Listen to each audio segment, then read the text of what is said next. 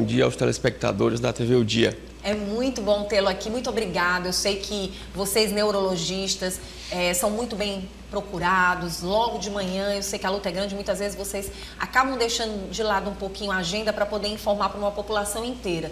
E diante do dia de hoje, Dia Mundial de Conscientização sobre a doença de Parkinson, atender mais clientes finais, mais possíveis pacientes, futuros pacientes, é importante quando a gente está na comunicação, porque vai para o mundo.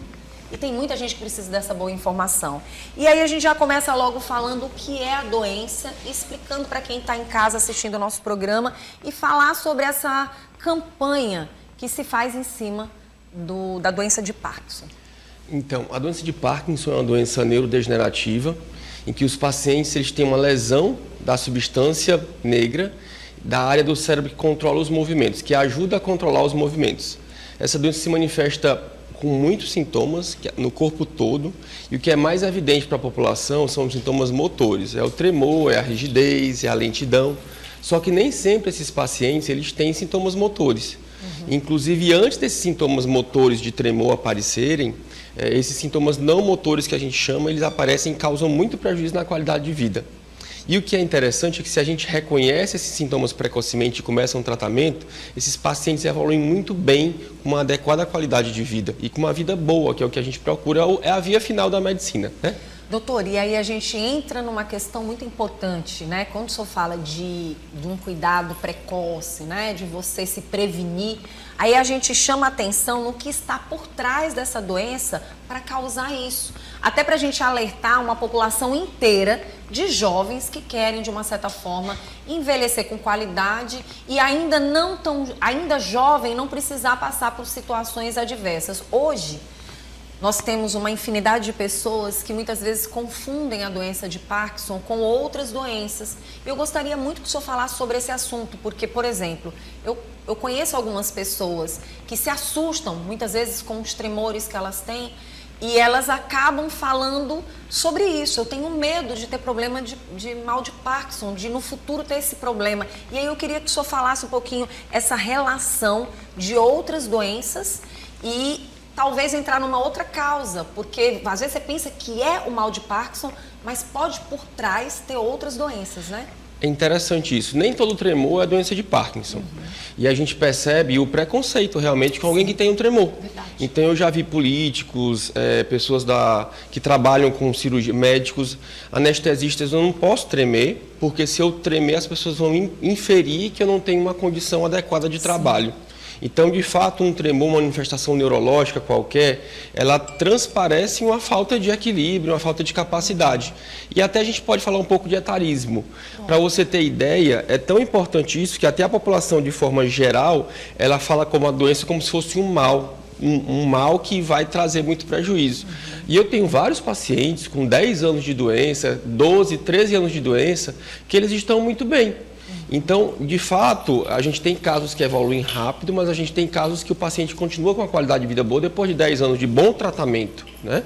Então, a gente não precisa chamar a doença de mal, a gente não precisa ter preconceito com alguém que treme. Tem algumas outras doenças, já respondendo a sua pergunta, que o paciente tem tremor. Por exemplo, o tremor essencial, um paciente jovem, um jornalista, por exemplo, ele tem uma manifestação motora, ele tem um movimento involuntário da mão e aquilo ele vai trabalhar na TV e apresenta aquele movimento involuntário e as pessoas já pensam que esse paciente tem doença de Parkinson. Então, realmente, são várias as doenças neurológicas que causam manifestações motoras, com tremor, com lentidão, com movimentos anormais, e que as pessoas imputam o diagnóstico de Parkinson e, na verdade, nem é. E nem é uma coisa assim ruim quando você tem o diagnóstico. Basta procurar um tratamento com um médico que saiba tratar isso e a gente consegue, de fato, dar uma boa qualidade de vida para esses doentes. Nossa, que interessante. E aí, doutora, a gente chama a atenção justamente porque parece que a população realmente não tem a boa informação. Quando a gente fala de mal de Parkinson, quais são as partes do corpo que são afetadas? Por exemplo, quando a gente vê uma pessoa tremendo muito, o pescoço, a cabeça, fala sobre o assunto, mesmo a gente sabendo que uma das partes que é comprometida são as mãos. A gente precisa informar essa população que está tão desinformada, né? Verdade, mas o que acomete os pacientes mais, que causa mais prejuízo, são as coisas que a gente não consegue ver. Sim. Então, é a depressão, é a salivação, que às vezes saliva demais, são sintomas urinários, a disfunção erétil, é dor, que é uma dor que é difícil de tratar, são sintomas no sono, com sono agitado. Não é só o tremer. Não é só o tremer. Então, são sintomas no sono, dificuldade para engolir, sintomas visuais, sintomas psiquiátricos com depressão, às vezes até com visões também. Doutor, quando o senhor fala assim, podemos dizer então que a necessidade dessa prevenção é muito maior do que o próprio problema de Parkinson. Então, quando ele vem chegar ao ponto das pessoas verem, um antes guardado por trás dessa doença já vem sendo ocasionado há muito tempo, né? Exatamente. E isso que tem que ser chamado nessa conscientização. A gente tem relatos de pacientes que antes da manifestação motora, eles têm o sono agitado durante a noite com pesadelos, tristeza, intestino preso, dificuldade de sentir o cheiro, que a gente chama de hipósmia. O mesmo que aconteceu no Covid, que acontece muito tempo, 10 anos antes do diagnóstico até. Então, de fato, é preciso a gente chamar a atenção para isso e começar a diagnosticar muito precocemente e prover um tratamento adequado, Vanusa. Doutor, quando a gente fala em observar de forma precoce, a partir de que idade e quando se manifesta? Usualmente, o diagnóstico de doença de Parkinson é após os 45 anos. Existem alguns casos de doença de Parkinson que acontecem com menos de 45 anos, em doenças de etiologia genética, herdadas na família. Mas, na maior parte das vezes, o diagnóstico acontece depois dos 45 anos de idade mesmo. Agora, sim, é importante, então, logo desde cedo, esse cidadão observar como está a qualidade de vida dele. Se ele tem uma lentidão para fazer suas tarefas, está mais lento, tendendo a cair, com risco de quedas, tem outros parkinsonismos que causam quedas. Se ele está mais rígido, sente dores que nenhum médico consegue tratar, ou tem uma depressão que o psiquiatra não conseguiu tratar, vale a pena procurar um neurologista. A gente tem como, então, favorecer com medicamento esse tratamento. E o paciente tem uma melhoria da qualidade de vida mesmo. Doutor, quer dizer que quando a pessoa está paradinha, essa forma visual é mais fácil de ser vista e quando a pessoa está em movimento, talvez nem tanto. Como que acontece esse processo? O tremor de repouso é que é bem característico da doença. Então, quando a gente vai examinar o paciente, a gente examina ele parado, em movimento, como você relatou agora. E a gente consegue perceber os movimentos quando ele está parado e aí isso já dá uma pista diagnóstica. Por isso é que eu digo, existem vários tipos de tremores, vários tipos de manifestações neurológicas. O neurologista ele precisa ter uma boa habilidade visual para poder diagnosticar isso e saber que isso é ou não doença de Parkinson. Tem muita doença, sabe? Mas o mais importante de falar para vocês é que se aparecer algum sintoma neurológico, não precisa se desesperar. A gente consegue diagnosticar, a gente consegue tratar e consegue dar uma boa melhoria para vocês, mesmo que a doença não tenha cura.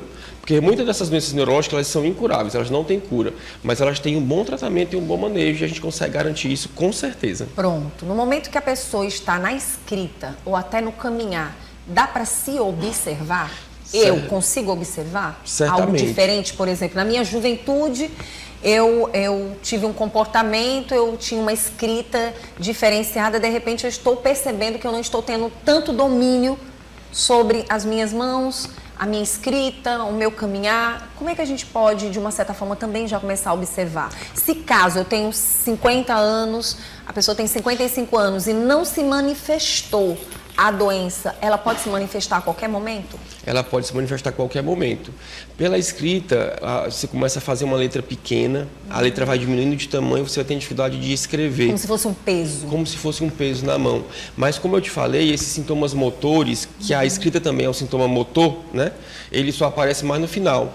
Eu diria que uma coisa boa de observar seria assim, sentiu menos o cheiro das coisas, teve um sono agitado com pesadelos durante a noite, em que você tem um pesadelo que bate na esposa, cai da cama, o intestino está ficando preso, tem uma depressão que não tem, uma tristeza que não tem uma explicação. Então, esses são sintomas não motores que são melhor para serem observados como queixas do que a redução da escrita, porque com o passar do tempo, muito tempo é que vai diminuir a letra, entendeu? Doutor, os familiares que estão assistindo o nosso programa, eles também podem observar esses detalhes. Era uma pessoa que tinha mais movimentos, com o passar do tempo ela vai se tornando uma pessoa com menos movimentos, com mais lentidão. Nesse momento, o que acontece como neurologista com os nervos dessa pessoa? Existe uma neurodegeneração, né? Os pacientes, eles evoluem com um padrão de neurodegeneração. E aí, esses pacientes, eles vão ficando realmente mais lentos. A família, a principal dúvida da família é se é uma doença hereditária. Os quadros hereditários são poucos nessa situação, eles são muito, a prevalência é muito pequena de quadro hereditário, ou seja, quer dizer que se o pai tem, é muito pouco provável que o filho vai ter.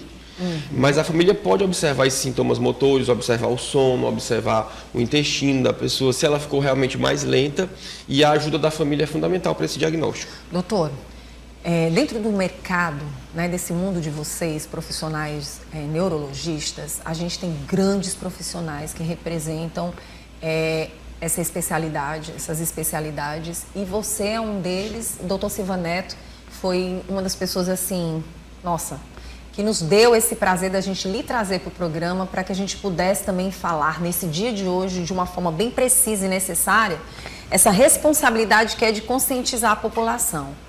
Eu soube que o senhor fez, na verdade, uma pesquisa de doutorado para falar sobre a doença de Parkinson.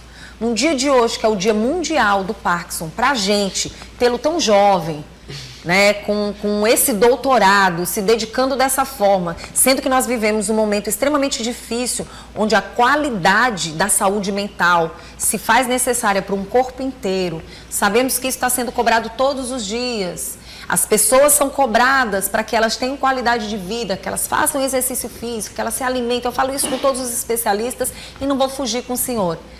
O que lhe fez entrar nessa pesquisa e querer entender essa doença de forma tão importante e necessária para nós que moramos dentro do estado do Piauí, e ter isso como referência, acredito eu, que logo para o Brasil e para o mundo, espero vê-lo, assim como o doutor Silva Neto, nacionalmente, trazendo algumas informações valiosíssimas e importantes. Eu gostaria muito que o senhor falasse sobre essa pesquisa de doutorado que o senhor fez, falando da doença.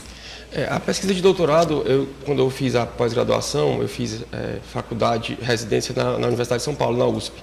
E o serviço lá era muito forte. Então, a gente tem bons exemplos. O professor Silva Neto, por exemplo, é um deles. É um professor da Universidade Federal do Delta do Parnaíba, com muitas publicações, dedicado à área da docência. E são pessoas como essa que nos valorizam e que nos ajudam com o exemplo, né? Então, a gente teve o exemplo de pessoas muito boas em São Paulo em relação a essa pesquisa. E o meu orientador chama Edson Xu, é um taiwanês, e ele me colocou para estudar isso. Então, a gente fez uma pesquisa com o diagnóstico da doença de Parkinson através de um exame. Até a época que eu estudei, a gente não tinha exames para diagnosticar a doença de Parkinson, é só o diagnóstico clínico. Isso hoje ainda é muito forte, o médico examinando e diagnosticando o paciente. Então, a gente estudou na USP e no Albert Einstein um exame chamado SPECT Control DACT, que ele pode ajudar nesse diagnóstico. E hoje esse exame ele é empregado de forma mundial para fazer isso, né? Para ajudar nesse diagnóstico. Então, no Piauí a gente tem muita dificuldade para fazer pesquisa, na verdade, porque existe pouco financiamento. Mas assim como o professor Silva Neto, a gente está na luta para poder realmente fazer essas pesquisas e trazer boas informações para a população e para a comunidade acadêmica. E além disso, formar pessoas, alunos de medicina, alunos de mestres e doutores pela Universidade Federal do Piauí, onde eu sou professor, com essa função realmente de difundir conhecimento. Assim como a gente sabe que esse cuidado tem que ser precoce e que as pessoas precisam realmente mudar algumas formas de lidar com a doença no dia a dia, e olha o que o senhor falou, que existe algo por trás, que tem que ser cuidado, que tem que ser trabalhado para que você venha no futuro, talvez de uma certa forma, ou retardar a doença, ou até mesmo evitar que você passe por ela, né? Isso pode acontecer? Certamente. Cada vez que passa, a medicina vai evoluindo. Então, a gente já sabe hoje que a atividade física, fazer academia, correr, esteira, musculação, ela tanto atrasa o aparecimento dos sintomas, quanto quando o paciente tem a doença de Parkinson, atrasa a evolução. Então, isso é definido hoje. E acabou de sair um artigo no New England Journal of Medicine de um antidiabético oral, um remédio para diabetes, que eles estão estudando como uma droga modificadora de doença. O que é isso? É uma droga que pode realmente ajudar na cura. Então, a medicina, graças a Deus, ela evolui constantemente. Então, mesmo a gente não tendo uma cura específica, a gente só trata os sintomas com os remédios que tem hoje, a gente já sabe que a atividade física ela atrasa a evolução da doença, que ela traz o aparecimento da doença e a gente já tem medicamentos novos que estão em estudo que podem, de fato, ser medicamentos que vão tratar e impedir que o paciente evolua. Pronto. Falando desse lado mais neurológico, mexendo com essa saúde e qualidade de vida das pessoas, o senhor acabou já de falar exercício físico, mas nunca se falou tanto de problemas neurológicos, de problemas de vários espectros e de várias situações que têm acontecido. Como o senhor pode, de uma certa forma, dizer o que o passado, da geração passada, viveu e o que nós estamos vivendo hoje sobre a questão do mal de Parkinson? O senhor falou que uma pessoa com depressão, ela pode chegar ao mal de Parkinson. Uma pessoa que não faz exercício físico pode chegar ao mal de Parkinson. Uma pessoa que não tem um estilo de vida de qualidade pode sofrer com tudo isso. Então, assim, o que falar para os nossos jovens, para essa nova geração que aí está? Porque isso é preocupante. A gente ouvia falar de mal de Parkinson pincelado. Ah, mas os avanços é que fazem com que a doença chegue, de uma certa forma, possa ser mais revelada, a gente consiga ver mais pacientes sofrendo com a situação, quando se comenta, quando se fala. Mas a gente tinha qualidade de vida quando o assunto era sair de casa para correr, para brincar. Você tinha mais qualidade de vida, você ia para um clube, para uma piscina. Isso era algo que você fazia naturalmente, em alguns lugares. Brincava no campo, no riacho. Quer dizer, as pessoas, elas faziam brincadeiras mais interessantes. Corriam de pega-pega, brincava de esconde-esconde. Pode parecer que não tem nada a ver, mas hoje as nossas crianças não brincam, doutor. As nossas crianças não brincam, elas mal fazem um esporte, mal fazem um tipo de exercício físico. O que o senhor tem para falar dessa nova geração e se é preocupante a doença no momento atual e se tem crescido? A sua pergunta é extremamente inteligente, fruto de uma observação profunda da situação atual, né? Parabéns. Então, a gente realmente tem percebido, de uma forma geral, um aumento muito evidente da prevalência, ou seja, da quantidade de pessoas com doenças neurológicas. Então, aumentou a prevalência de doença de Parkinson, aumentou a prevalência de doença de Alzheimer, aumentou a prevalência de transtorno do espectro do autismo e outras doenças de formas neuroatípicas, né, de desenvolvimento. E a gente percebe mesmo essa mudança de padrão comportamental com o passar das gerações, né?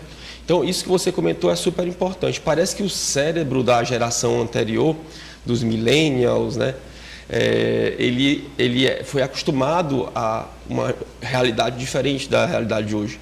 Então, você imagina que no nosso tempo é bem provável que a gente tenha estudado por livros. Uhum. E o livro, ele é grande, o livro ele é chato, ele tem letras estáticas que ficam paradas. Mas só aprendia quando lia. É verdade. Hoje não, para você, o aluno tem que ler um tablet que roda alguma coisa, que passa uma cor, que tem algum estímulo visual. Então, termina que isso aparentemente está trabalhando menos o cérebro. Tanto que algumas escolas na Noruega, elas aboliram de vez calculadoras e aparelhos de computador e tablet na escola. Então, é para as crianças fazerem raiz quadrada, para as crianças calcularem na mão mesmo, como a gente fazia. Tinha que ter uma tabuada. Você tinha que saber a tabuada inteira para que você se desse bem. Exatamente. Você tinha que escrever de fato o que é uma redação. Hoje, a gente fazia redação todos os dias em sala de aula, não era, doutor? Tinha que ler, tinha que escrever muito em sala de aula para que você tivesse a prática da escrita, e eu ganhei vários parabéns, né? Hoje em dia a gente vê a dificuldade das pessoas ao escrever, né? Até as pessoas brincavam, parece letra de médico.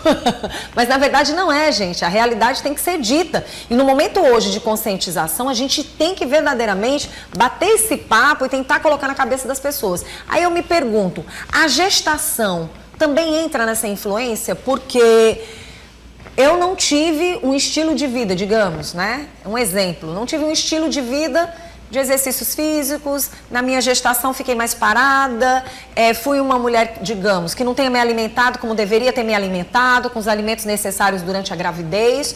E aí o que acontece? Essa gestação também pode ser comprometida? Principalmente na formação e no desenvolvimento do bebê, né? Mas o que a gente percebe também é que durante os estímulos são diferentes, como a gente estava comentando anteriormente.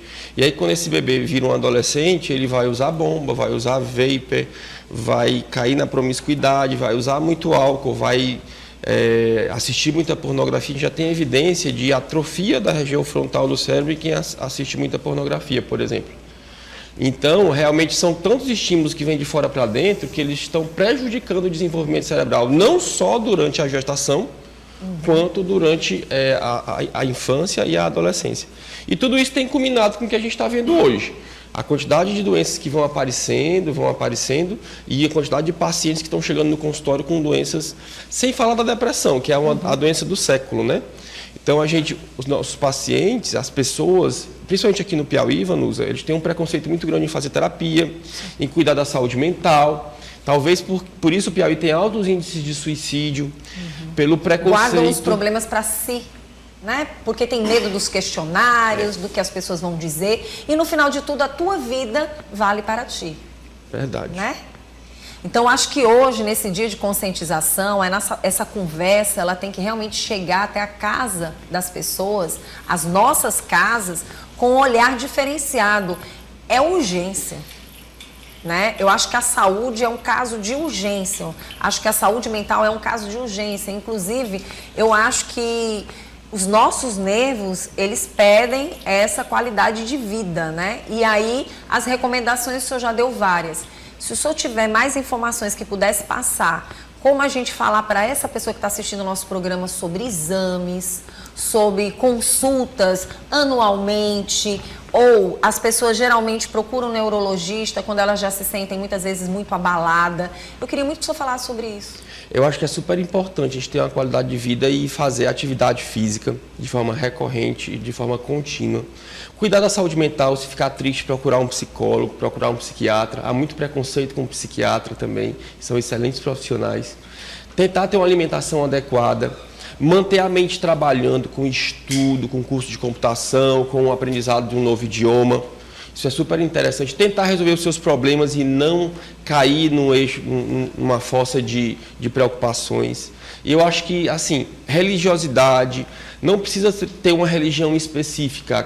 Espiritualidade é acreditar que existe uma força maior. Você não precisa nem acreditar que existe Deus. Você pode ser ateu, mas se você acreditar que existe uma força que rege tudo e que pode nos ajudar quando a gente está numa situação de maior prejuízo, isso pode te trazer resiliência. Conversar com um terapeuta, ter terapia, se entender, autoconhecimento, tudo isso, no final das contas, deixa uma mente mais clara, mais tranquila. Você consegue sair mais dos problemas, porque todos nós temos problemas. E aí você consegue, então, ter um desfecho melhor e uma redução do aparecimento dessas doenças. Essa é a nossa mensagem. Muito bom. Você sabe, doutor, que às vezes eu me pego a assistir alguns documentários. Eu gosto muito de ir mais longe, não preciso sair do país para estar bem informada, né? Como muitas vezes as pessoas não percebem que tem informação clara e precisa. Basta só você buscar e procurar o que você quer ver, o que você quer assistir. Tem muita coisa para acrescentar na tua vida. E a gente observa que em alguns países, quando vai se envelhecendo, se procura o campo, se procura trabalhar, cuidar de uma horta, né? Colocar a mente para realmente funcionar. Totalmente diferente de você querer estacionar e ficar no teu mudinho, deitado numa cama, sentado numa cadeira e não podendo mais se movimentar, não se levantar. Tem pessoas que elas vivem isso, são extremamente inteligentes, mas elas não conseguem se levantar, elas já não têm mais perna para se levantar. Então, assim, a gente já vê países que as pessoas, elas têm qualidade de vida porque elas estão fazendo alguma coisa já na terceira idade. Certamente. O cérebro ele foi feito para trabalhar. Então, a gente recebe muito paciente querendo aposentar. Acho que é um direito da pessoa se aposentar, mas quando você se aposenta, você perde a oportunidade de trabalhar o cérebro. Então, vale a pena se aposentar? Vale, mas tem que continuar colocando o cérebro para trabalhar. Verdade. Essa é a nossa dica. Nem que seja diária. fazer um trabalho prazeroso, né? Voltado. Algo que um dia você não fez quando você queria, então vai fazer quando você se aposentar. Aposentadoria é para dar qualidade de vida, né? Verdade. Não é para você se acabar na falta de saúde. Doutor, faltou alguma informação ainda para levar? Eu acho que assim, a gente já tem hoje um ambulatório especializado no tratamento dos pacientes com doença de Parkinson na Universidade Federal. Eu sou coordenador desse ambulatório, ambulatório especializado em distúrbio do movimento na UFP, no Hospital Universitário. E esse ambulatório ele é capaz de, pelo SUS, fornecer o tratamento para esses pacientes. Se você tem dúvida do seu diagnóstico, você pode ir no posto de saúde e pedir um encaminhamento para esse ambulatório, não só da universidade, e um dia você vai chegar nas nossas mãos e a gente vai te dar uma ideia do que você tem, ou dar uma suspeita diagnóstica, ou dar uma hipótese diagnóstica, ou tentar te ajudar de alguma forma. Esse ambulatório é um ambulatório didático com alunos, residentes. Essa é a nossa função, é formar pessoas hoje. Eu não sou mais tão jovem assim, mas a gente tenta formar mais pessoas e eu tenho certeza que a gente já conseguiu deixar muita gente capacitada para atender esses pacientes com doença de Parkinson aqui no Piauí. Então, acho que a gente conscientizou bem as pessoas, né, de que esse cuidado tem que acontecer. E eu agradeço ao doutor por ter tirado o seu tempo para estar aqui esclarecendo e informando. Agradecer ao doutor Kelson James Almeida, que é médico neurologista. Estava aparecendo agora há pouco aí no Instagram, na telinha. Eu queria só que o senhor reforçasse para quem não está vendo e precisa ouvir. Eu acredito isso. Então, caso você tenha dúvidas, você pode procurar no Instagram, NeuroKJ. É um Instagram pessoal, mas tem a clínica que a gente atende lá e a gente pode ajudar você com algum esclarecimento. Muito obrigado.